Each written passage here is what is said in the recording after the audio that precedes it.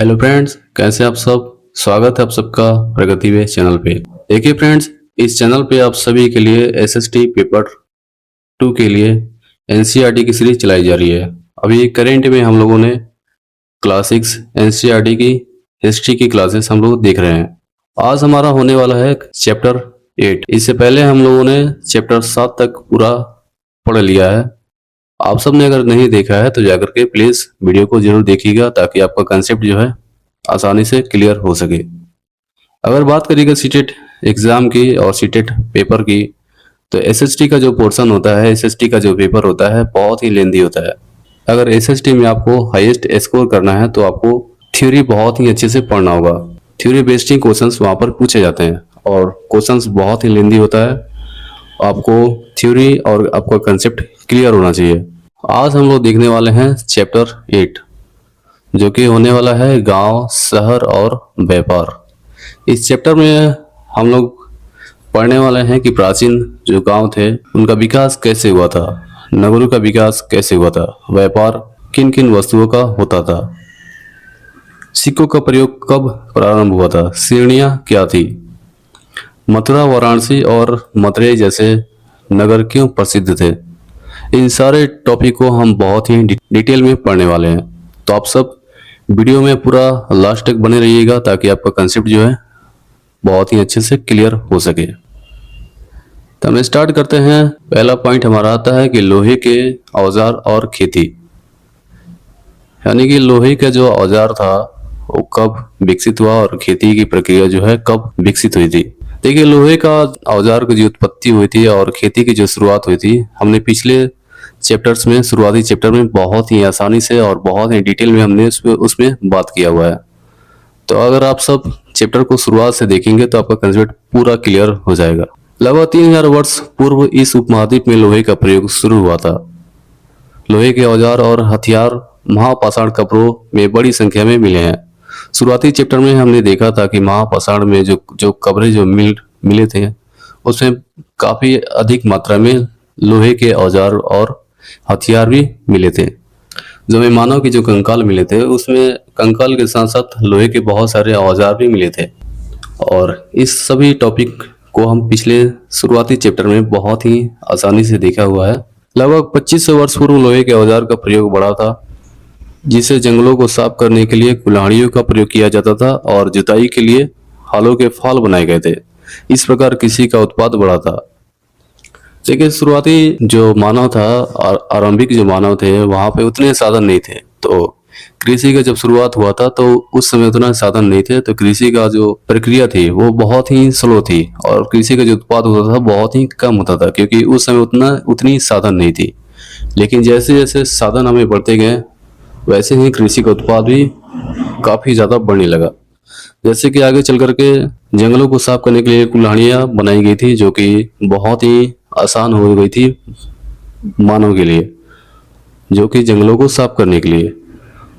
और जुताई के लिए हलों, लोहे के हल बनाए जाने लगे थे, जो कि खेतों को जोतने के लिए बहुत ही आसानी हो गई थी और काम बहुत ही तेजी से होने लगा था कृषि का, जिससे कि कृषि का जो उपज था, जो भी उत्पादन था, वो काफी भारी मात्रा में बढ़ने लगा था, क्योंकि चीजें बहुत ही आसान हो गई थी। सिंचाई प्रक्रिया क्या थी? राजाओं और उनके राज्यों के बने रहने के लिए समृद्ध गांवों की आवश्यकता थी। जिस तरह कृषि के विकास में नए औजार और रोपाई महत्वपूर्ण कदम थे, उसी तरह सिंचाई भी उपयोगी साबित हुई। इस समय सिंचाई के लिए नहरें, कुएं, तालाब तथा कृत्रिम जलाशय बनाए गए थे। देखिए, जैसे यहाँ पर बात किया जा रहा है कि कृषि का जैसे उत्पाद के लिए हलों और का प्रयोग किया गया था और कुल्हाड़ियों का प्रयोग किया गया था कि जंगलों को सफाई करने के लिए। इसी प्रकार यहाँ पर बात किया जा रहा है कि जैसे राजाओं और उनके राज्यों में बने रहने के लिए जैसे समृद्ध गांवों की आवश्यकता होती थी, जिस तरह कृषि के विकास में नए औजार और रोपाई महत्वपूर्ण कदम थे, उसी तरह सिंचाई की भी उपयोगिता साबित हुई। इस समय सिंचाई के लिए नहरें बनाए गए थे, कुएं बनाए गए थे, तालाब खोदे गए थे और कृत्रिम जलाशय भी बनाए गए थे, जिससे कि सिंचाई की जो प्रक्रिया है वो काफी अच्छी हो सके। क्योंकि कृषि की उपज अगर बढ़ानी होती है तो सिंचाई बहुत ही इम्पोर्टेंट होती है। अगर समय समय पर सिंचाई नहीं किया जाए तो कृषि का जो उत्पाद होता है वो बहुत ही कम होता है। कृषि जो होती है वो सूखने लगती है। इस समय सिंचाई का अर्थ ही होता है कि पानी का छिड़काव, यानी कि पानी की आवश्यकता जो होती है कृषि को, उसकी आवश्यकता को पूरी करना। तो जब तक सिंचाई आप नहीं करेगा तो जो कृषि का जो विकास है वो सही नहीं हो पाएगा। अब बात कर लेते हैं उस समय गांव में कौन लोग रहते थे। देश के उत्तरी हिस्से में कौन लोग रहते थे? ग्राम भोजक। गांव के प्रधान व्यक्ति को ग्राम भोजक कहते थे। यह पद आनुवंशिक था। आनुवंशिक का अर्थ यह होता है कि एक ही परिवार के लोग इस पद पर कई पीढ़ियों तक बने रहते थे। जैसे आप सबने देखा ना कि राजतंत्र में कैसे होता था कि पहले दादा राजा होते थे, उसके बाद पिता होते थे, उसके बाद पुत्र होते थे, उसके बाद से पोता होते थे। ये प्रक्रिया वंश के हिसाब से चलती थी कि पहले दादा दादा प्रधान हुए, उसके बाद पिता प्रधान हुए, उसके बाद पुत्र प्रधान हुए, उसके बाद पोता प्रधान हुआ। तो इसी प्रक्रिया को उस समय ग्राम भोजक कहा जाता था। ग्राम भोजक जो होते थे उस समय गांव के प्रधान व्यक्ति होते थे, और ये पद जो था ये आनुवंशिक चलता था, यानी कि पीढ़ी दर पीढ़ी चलता रहता था। इस पद पर गांव का सबसे बड़ा भूस्वामी होता था। भूस्वामी का अर्थ होता है जिसके पास जमीन ज्यादा होती थी। गांव में सबसे धनी व्यक्ति को भूस्वामी कहा जाता था उस समय। इनकी जमीन पर इनके दास मजदूर काम करते थे। इनकी जो जमीन होती थी उस पे दास और मजदूर काम करते थे, जो कि गांव के गरीब जो लोग होते थे वही इनके अंडर में काम करते थे, इनके जमीनों पे काम करते थे। प्रायः राजा भी कर वसूलने का काम इन्हीं को देते थे। राजा जो होते थे उस समय, तो जो कर को जो वसूलने का जो काम होता था इन्हीं को भूस्वामी को मिल दिया जाता था। देखिए कर कर की जो व्यवस्था थी, हमने शुरुआती चैप्टर में बहुत ही इसको ध्यान से पढ़ा हुआ है। और कर की जो व्यवस्था थी बहुत टाइप की होती थी। कृषि पर अलग कर थी। आखेटक जो लोग थे जो जंगलों में रहते थे उनके लिए कर की व्यवस्था अलग थी। शिल्पकार जो लोग थे उनकी कर व्यवस्था अलग थी। पशुपालक जो लोग थे उनकी कर व्यवस्था अलग थी। कर जो प्रणाली थी उसको हमने शुरुआती चैप्टर में बहुत ही डिटेल में बात किया हुआ है। आप सब जाकर के उसको देखिएगा, शुरुआती वीडियोस को। ये न्यायाधीश और कभी कभी पुलिस का काम भी करते थे। जो भूस्वामी लोग जो होते थे ये कभी कभी न्यायाधीश और कभी कभी पुलिस का भी काम करते थे। जैसे कि छोटी मोटी जो घटनाएं होती थी गांव में, तो ये लोग उसको सुलझा लेते थे। एक प्रकार का न्याय का काम ये लोग भी करते थे, पुलिस का भी काम करते थे। गृहपति। स्वतंत्र कृषकों को गृहपति कहते थे। जो छोटे किसान होते थे उन्हें गृहपति कहा जाता था। दास कर्मकार, इनके पास अपनी जमीन नहीं होती थी, यह दूसरे की जमीन पर काम करके अपना जीवन यापन करते थे। दास जो लोग होते थे इनके पास खुद की जमीन नहीं होती थी, ये काफी निर्धन होते थे, काफी गरीब होते थे। ये लोग दूसरों की जमीन पर काम करके अपना जीवन यापन करते थे, यानी कि अपने बच्चों का पेट पालते थे। अधिकांश गांवों में लोहार, कुम्हार, बढ़ई तथा बुनकर जैसे कुछ शिल्पकार भी रहते थे। अधिकांश जो गांव थे उस समय उसमें लोहार, कुम्हार, बढ़ई और बुनकर जैसे शिल्पकार भी रहते थे, जो कि अपनी जीवन का निर्वहन करते थे। अब समझ लेते हैं दक्षिणी क्षेत्र का जो हिस्सा था उसमें कौन से लोग रहते थे। तमिल क्षेत्र में बड़े भूस्वामी को बिलल्ला, साधारण हलवाओं को उनवार और भूमिहीन मजदूर को दास, कैडेसियार और अधिमई कहलाते थे। इन तमिल नामों का उल्लेख संगम साहित्य में भी पाया जाता है। अब संगम साहित्य, यहाँ पर एक वर्ड आता है। संगम साहित्य क्या था? तमिल में रची गई एक प्रकार की ग्रंथ थी, एक प्रकार की प्राचीनतम रचना थी।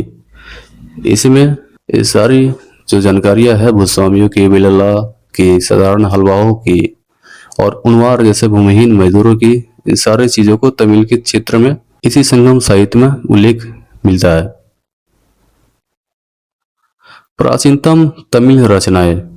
तमिल की प्राचीनतम रचनाओं को संगम साहित्य कहते हैं। यहाँ पर मैंने बताया था आपको कि तमिल की जो प्राचीनतम रचनाएं थी उन्हें ही संगम साहित्य कहते थे। इनकी रचना लगभग 2300 वर्ष पूर्व की गई थी। इन्हें संगम इसलिए कहा जाता है क्योंकि मदुरई के कवि के सम्मेलनों में इनका संकलन किया जाता था। देखिए, संगम नाम इनको इसलिए दिया गया था, मदुरई एक नगर था, वहाँ के जो कवि थे उनके जो सम्मेलन होते थे, उन्हीं सम्मेलन के संकलन में इनका प्रयोग किया जाता था। अब हम समझ लेते हैं सिक्के के जो प्रयोग थे वो कैसे शुरू हुए थे। सबसे पुराने आहत सिक्के थे जो लगभग 500 साल तक चले थे। इसे चांदी या तांबे के सिक्के पर विभिन्न आकृतियों को आहत कर बनाया जाता था। पुरातत्वविदों को इस युग के आज हजारों सिक्के मिले हैं। तो देखिए, अगर प्राचीन की बात करिएगा तो सबसे पुराने जो सिक्के होते थे उन्हें आहत के नाम से जाना जाता था। ये सिक्के लगभग 500 सालों तक चले थे। इसे चांदी और तांबे जैसे धातुओं से बनाया जाता था और विभिन्न आकृतियां भी इस पे दी जाती थी, इन सिक्कों पे। पुरातत्वविदों को इस युग के हजारों सिक्के मिले हैं। पुरातत्वविद किसे कहते हैं? पुरातत्वविद वे लोग होते हैं जो प्राचीन साक्ष्य का पता लगाते हैं। तो उन्हीं लोगों को इस युग के हजारों सिक्के मिले हैं।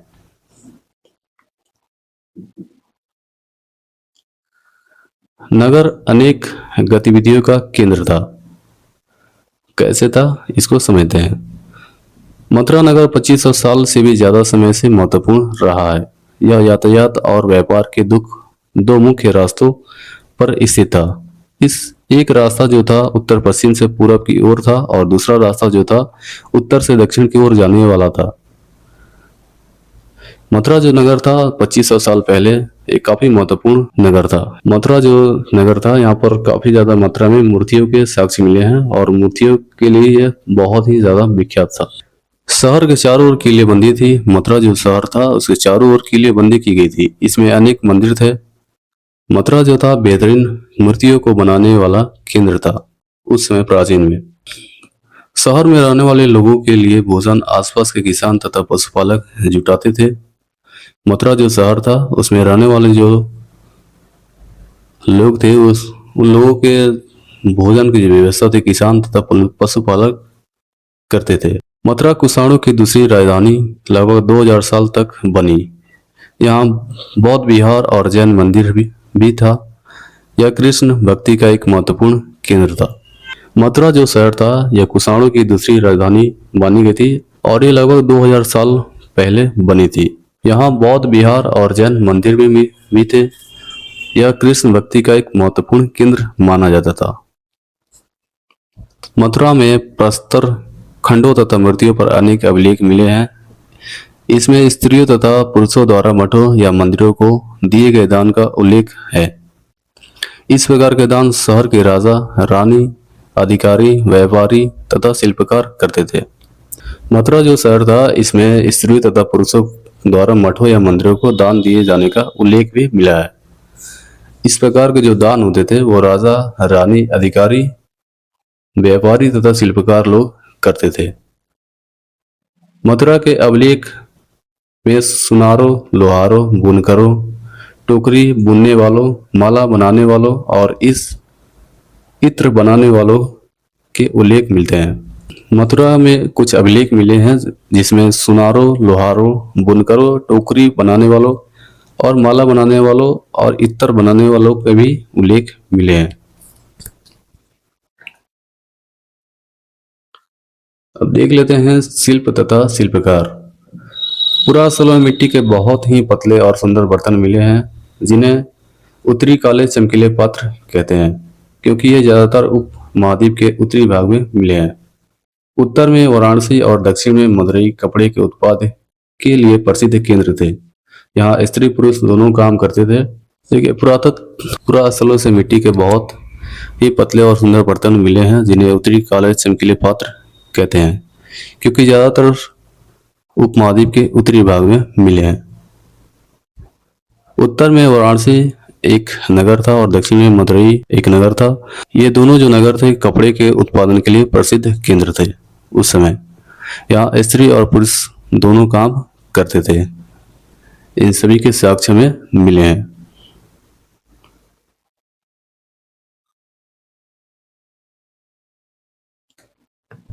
अनेक शिल्पकार तथा व्यापारी अपने अपने संघ बनाने लगे थे, जिन्हें श्रेणी कहते हैं। शिल्पकारों की श्रेणियों का काम प्रशिक्षण देना, कच्चा माल उपलब्ध कराना तथा तैयार माल का वितरण करना था।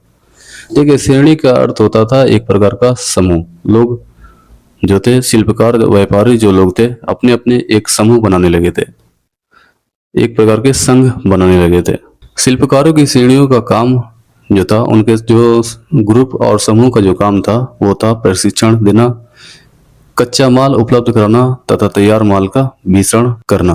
व्यापारियों की श्रेणियां व्यापार का संचालन करती थी। श्रेणियां बैंकों के रूप में काम करती थी, जहां लोग पैसा जमा रखते थे। लाभ के लिए इस धन का निवेश किया जाता था। लाभ का कुछ हिस्सा जमा करने वाले को लौटा दिया जाता था या फिर मठ आदि धार्मिक संस्थानों को दिया जाता था। देखिए, व्यापारियों का जो समूह था, वो समूह क्या करता था, व्यापार का संचालन करता था, और जो समूह होता था बैंकों के रूप में काम करता था। यानी कि कुछ अपने आप में लोग पैसा भी जमा करते थे, किसी एक को श्रेणी का हेड बना दिया जाता था, और वो लोग बैंकों का भी काम करते थे, जहाँ पर लोग पैसे जमा करते थे। देखिए, यहाँ पर कहा जा रहा है कि व्यापारियों का जो श्रेणी था, यानी व्यापारियों का जो संघ था, वो संघ बैंकों का भी काम करता था, जहाँ लोग पैसा जमा करते थे और अपनी सुरक्षा के लिए भी पैसे जमा वो लोग करते थे। लाभ के लिए इस धन का निवेश किया जाता था। लाभ का कुछ हिस्सा जो होता था, वो जमा करने वाले को भी लौटा दिया जाता था या फिर मठ आदि धार्मिक संस्थानों को दिया जाता था उस समय। अब समझ लेते हैं अरिका मेटू का अर्थ क्या था उस समय। ठीक है, समझिएगा बहुत ही ध्यान से। देखिए, अरिका मेटू जो था, प्राचीन भारत का एक महत्वपूर्ण बंदरगाह आप इसे कह सकते हैं, जहाँ पर व्यापारियों का एक केंद्र था, जो वर्तमान में अरिका मेडू के पास स्थित है। अरिका मेडू का सामान्य अर्थ होता था ऊंचा टीला या टीले पर स्थित बस्ती माना जाता था, और ये एक प्रकार का व्यापारियों का केंद्र हुआ करता था, जहाँ पर व्यापार काफी तादाद में किया जाता था।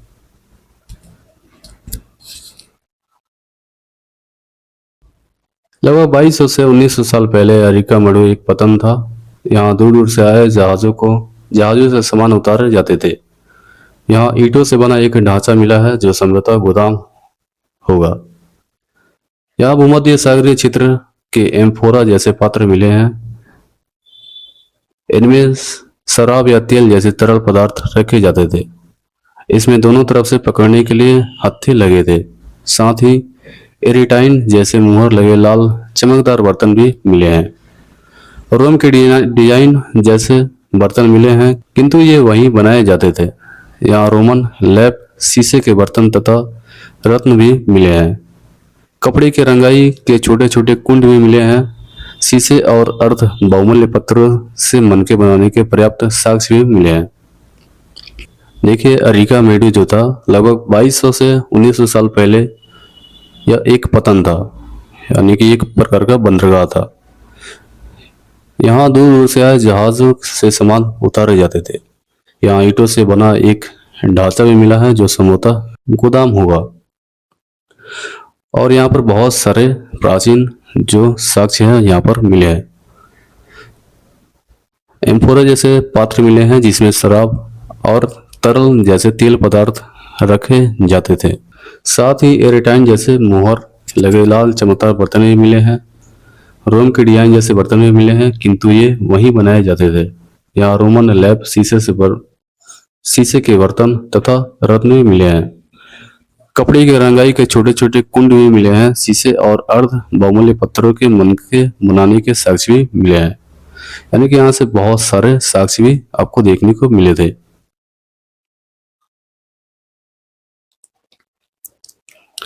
अब देख लेते हैं व्यापार तथा व्यापारी।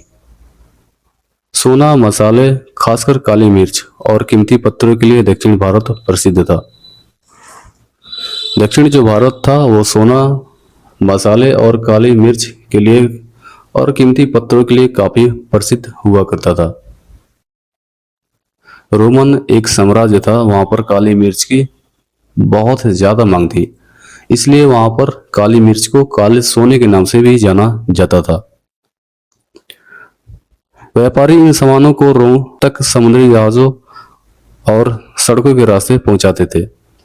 अनेक रोमन सोने के सिक्के जो दक्षिण भारत में मिले हैं, इससे पता लगता है कि उन दिनों रोम के साथ अच्छा व्यापार चल रहा था। व्यापारियों ने कई समुद्री रास्ते खोज निकाले, कुछ समुद्र के किनारे चलते थे तो कुछ अरब सागर और बंगाल की खाड़ी पार करते थे। देखिए, अनेक रोमन सिक्के जो थे दक्षिण भारत में मिले हैं, इससे पता चलता है कि उन दिनों रोम के साथ अच्छा व्यापार चल रहा था। व्यापारियों ने कई समुद्री रास्ते की खोज की थी और कुछ समुद्र के किनारे किनारे चलते थे तो कुछ अरब सागर और बंगाल की खाड़ी को पार करते थे, जो व्यापारी उस समय होते थे। नाविक अफ्रीका या अरब के पूर्व तट से इस उपमहाद्वीप के पश्चिमी तट पर पहुंचने के लिए दक्षिण पश्चिमी मानसून के साथ साथ अपनी यात्रा जल्दी पूरी कर लेते थे। इन लंबी यात्राओं के लिए मजबूत जहाजों का निर्माण किया जाता था।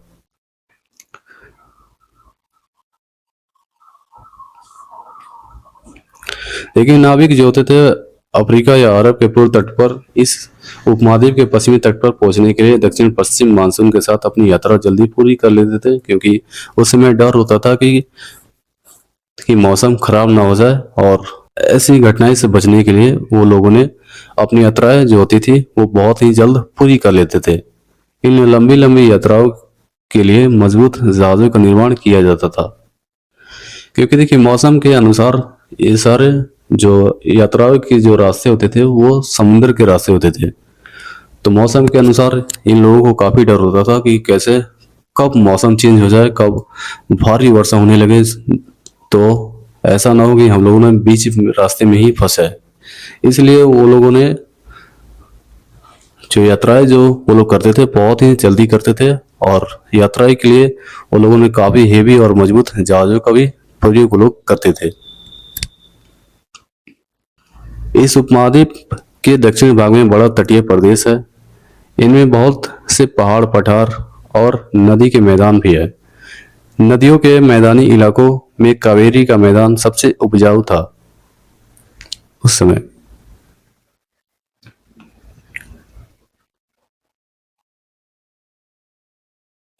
देखिए इस उपमहाद्वीप में दक्षिण का जो भाग था, इसमें बहुत से पहाड़, पठार और नदी के मैदान मिले हैं। नदियों के मैदान में सबसे जो उपजाऊ मैदान था वो कावेरी का मैदान था। लगभग 2300 वर्ष पूर्व दक्षिण भारत में 3 शासक बहुत ही महत्वपूर्ण और काफी शक्तिशाली माने जाते थे, जो थे चोल, चेर तथा पांड्य। काफी शक्तिशाली माने जाते थे। इन्हें संगम कविताओं में मुवेनदार 3 मुखिया कहा गया है। देखिए, लगभग 2300 वर्ष पूर्व दक्षिण भारत में 3 शासक जो काफी शक्तिशाली माने जाते थे, ये थे चोर, चेर तथा पांड्य। इन्हें संगम कविताओं में मुवेनदार के नाम से जाना गया है। मुवेनदार का जो अर्थ होता था 3 मुखिया होता था। इन तीनों मुखियाओं के अपने 2-2 सत्ता केंद्र थे, एक तटीय हिस्से में और दूसरा अंदरूनी हिस्से में। इनमें से 2 केंद्र महत्वपूर्ण थे, एक चोलों का पतन पुहार या कावेरीपट्टनम, दूसरा पांड्यों की राजधानी मदुरई। लेकिन उस समय 2 महत्वपूर्ण केंद्र होते थे। चोलों के लिए कावेरीपट्टनम था और दूसरा पांड्यों के लिए मदुरई की राजधानी थी। ये मुखिया लोगों से कर न लेकर उपहारों की मांग करते थे। ये जो मुखिया जो लोग थे, अभी हमने देखा था 3 मुखियों का, जिसमें चोल, चेर तथा पांड्य काफी शक्तिशाली माने जाते थे। ये लोग उस समय क्या करते थे, कर नहीं लेते थे, ये लोग उपहारों की मांग करते थे। कभी कभी सैनिक अभियानों पर आसपास के इलाकों से शुल्क वसूल कर लाते थे। इनमें से कुछ धन अपने पास रख लेते थे, बाकी अपने समर्थकों के नाते रिश्तेदारों, सिपाहियों तथा कवियों के बीच बांट देते थे। अनेक संगम कवियों ने उन मुखियाओं की प्रशंसा में अनेक कविताएं लिखी हैं जो उन्हें कीमती जवाहरात, सोने, घोड़े, हाथी, रथ या सुंदर कपड़े देते थे। इसके 200 वर्ष बाद पश्चिम भारत में सातवाहक नामक राजवंश का प्रभाव बढ़ गया। सभी सातवाहक शासकों को दक्षिणापथ के स्वामी कहा जाता था। देखिए, ये लोग का जो शासन था, ये लोग के शासन के बाद लगभग 200 वर्ष बाद पश्चिमी भारत में सातवाहक नामक राजवंश का प्रभाव काफी बढ़ गया और सातवाहक शासकों का प्रभाव इतना बढ़ गया कि ये दक्षिणापथ के स्वामी कहे जाने लगे। सातवाहकों का सबसे प्रमुख राजा गौतमीपुत्र श्री सतकर्णी था। सातवाहक जो राजवंश था, जो कि 200 साल बाद काफी महत्वपूर्ण हो गया था और काफी प्रभावशाली और काफी शक्तिशाली हो गया था। इसमें सातवाहकों में सबसे जो प्रमुख राजा जो थे गौतमीपुत्र श्री सतकर्णी थे। उनके बारे में गौतमी बलश्री यानी कि उनकी माँ जो थी गौतमी बलश्री द्वारा दान किए गए एक अभिलेख से पता चलता है। उसने पूर्वी, पश्चिमी तथा दक्षिणी तटों पर अपनी सेनाएं भेजी थी। देखिए, सातकर्णी जो राजा थे, इनके बारे में जो पता चलता है तो गौतमी बलश्री उनकी माँ थी। उन्होंने कुछ दान किए थे और दान किए गए अभिलेख से पता चलता है कि उसने पूर्वी, पश्चिमी तथा दक्षिणी तटों पर अपनी सेनाएं भेजी हुई थी। अब यहाँ पर देख लेते हैं कुछ महत्वपूर्ण तिथियां। देखिए, पिछले शुरुआती चैप्टर में हमने जितने भी आपको डेट्स जो बताते हैं, महत्वपूर्ण जो डेट्स बताते हैं चैप्टर के अंत लास्ट में, इसको आप सब बहुत ही ध्यान से देखा करिए और इसको आप सब रिवाइज हमेशा करते रहा करिए, क्योंकि ये डेट एग्जाम में, सीटेट एग्जाम में बहुत बार पूछा जाता है। जब हम क्वेश्चंस की प्रैक्टिस करेंगे पीवाईक्यू की, तो मैं आपको उस समय दिखाएंगे। हमने लगभग शुरुआती चैप्टर में हर चैप्टर के एंड में महत्वपूर्ण डेट्स को देखते हैं और ये डेट बहुत ही इंपॉर्टेंट होते हैं। आप सबको इन सारे डेट को ध्यान में रखना होगा। उपमहाद्वीप में लोहे के प्रयोग की शुरुआत जो हुई थी लगभग 3000 वर्ष पूर्व हुई थी। लोहे के प्रयोग में बढ़ोतरी नगर आहत सिक्के लगभग 2500 वर्ष पूर्व हुआ था। संगम साहित्य की रचना की शुरुआत जो हुई थी लगभग 2300 वर्ष पूर्व हुई थी। अरिका मेढू का पतन जो था 2200 से 1900 वर्ष पूर्व हुआ था। रेशम बनाने की कला की खोज जो हुई थी 7000 वर्ष पूर्व हुई थी। चोल, चेर तथा पांड्य लगभग 2300 वर्ष पूर्व उभरे थे। रोमन साम्राज्य में रेशम की बढ़ती मांग लगभग 2000 वर्ष पूर्व हुई थी। कुषाण शासक कनिष्क लगभग 1900 वर्ष पूर्व आए थे। फासियन का भारत आना लगभग 1600 वर्ष पूर्व हुआ था। स्वयं त्सांग की भारत यात्रा अपार की शिव स्तुति की रचना लगभग 1400 वर्ष पूर्व हुई थी।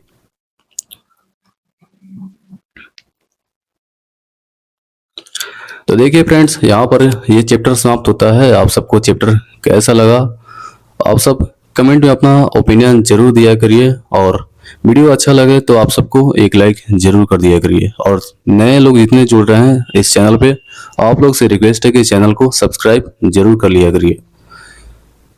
और ये चैनल को आप सब सीटेट सितंबर 2026 के एग्जाम तक आप सब इससे जुड़े रहिएगा, क्योंकि अभी आगे हम बहुत सारी चीजें इस पर करवाने वाले हैं, जो कि इसके बाद जैसे ये क्लासिक्स एनसीईआरटी हिस्ट्री समाप्त होता है, उसके बाद से हम क्लासिक्स एनसीईआरटी ज्योग्राफी का हम सीरीज स्टार्ट करने वाले हैं। उसके बाद से प्रीवियस ईयर क्वेश्चंस भी हम सीडीपी के, हिंदी के और एसएसटी के चैप्टर वाइज हम करवाएंगे और पीवाईक्यू क्वेश्चंस भी हम करवाने वाले हैं। तो आप सभी जितने लोग जुड़ रहे हैं इस चैनल को आप लोग सब्सक्राइब कर लीजिएगा और कमेंट में अपना ओपिनियन जरूर रखा करिए। धन्यवाद, मिलते हैं कल नेक्स्ट वीडियो में।